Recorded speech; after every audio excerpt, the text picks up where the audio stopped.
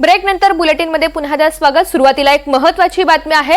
कर्नाटक शासनाने अलमट्टी धरणाची उंची वाढवू नये असं मुख्यमंत्र्यांचं मत आहे। देवेंद्र फडणवीस यांनी पत्राद्वारे केंद्रीय जलशक्ती मंत्री CR पाटील यांना हस्तक्षेप करण्याची आता विनंती केलेली आहे। या सगळ्या संदर्भात त्यांनी एक पत्र पाठवलेलं आहे आणि विनंती सुद्धा केली आहे। कर्नाटक शासनाने अलमट्टी धरणाची उंची वाढवू नये अशी विनंती या पत्राच्या मार्फत करण्यात आली आहे।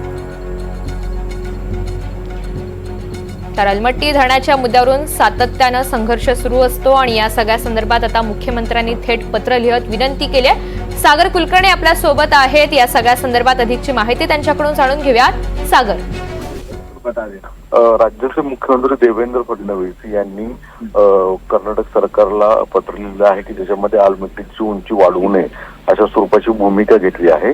मुळात एका बाजूला या संदर्भामध्ये जे अहवाल आहेत ते समोर जरी आले आहेत, त्याच्यानंतर कोर्ट कचेरी सुद्धा सुरू आहे। अशा परिस्थितीत राज्याचा प्रमुख म्हणून एक रिक्वेस्ट करण्यात आलेली की जी कृष्णा नदी आणि त्याच्या उपनद्या आहेत त्याच्यामध्ये गाळही देखील मोठ्या प्रमाणामध्ये आहे आणि अशा परिस्थितीमध्ये जर अलमट्टी धरणाची उंची वाढवली तर त्याचा फटका हा महाराष्ट्रातल्या विशेषतः दक्षिण मध्य महाराष्ट्रातल्या सांगली, कोल्हापूर या परिसरामध्ये बसतोय आणि त्यामुळे या ठिकाणी कोणत्याही परिस्थितीमध्ये उंची वाढवू नये।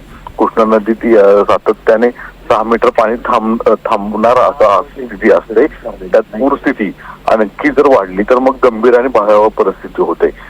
याच्यामुळे या सगळ्या गोष्टींचा विचार करून दोन्ही राज्यातील कृष्णाकाठच्या नदीच्या गावांना नागरिकांचा हिताचा विचार करून आणि जीवितहानी आणि मालमत्तेचं नुकसान होऊ नये यासाठी अलमट्टी धरणाची उंची वाढवण्याचा कर्नाटक सरकारचा निर्णय जो आहे त्याचा पुनर्विचार करावा आणि या संदर्भात एक पत्र आता परत एकदा राज्याच्या मुख्यमंत्र्यांनी दिलेलं आहे।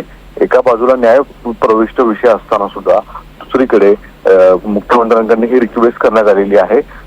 एक शासनाचा प्रमुख म्हणून अशा स्वरूपाची विनंती करण्यात आल्याचं दिसून येते। अगदी धन्यवाद सविस्तर माहितीसाठी।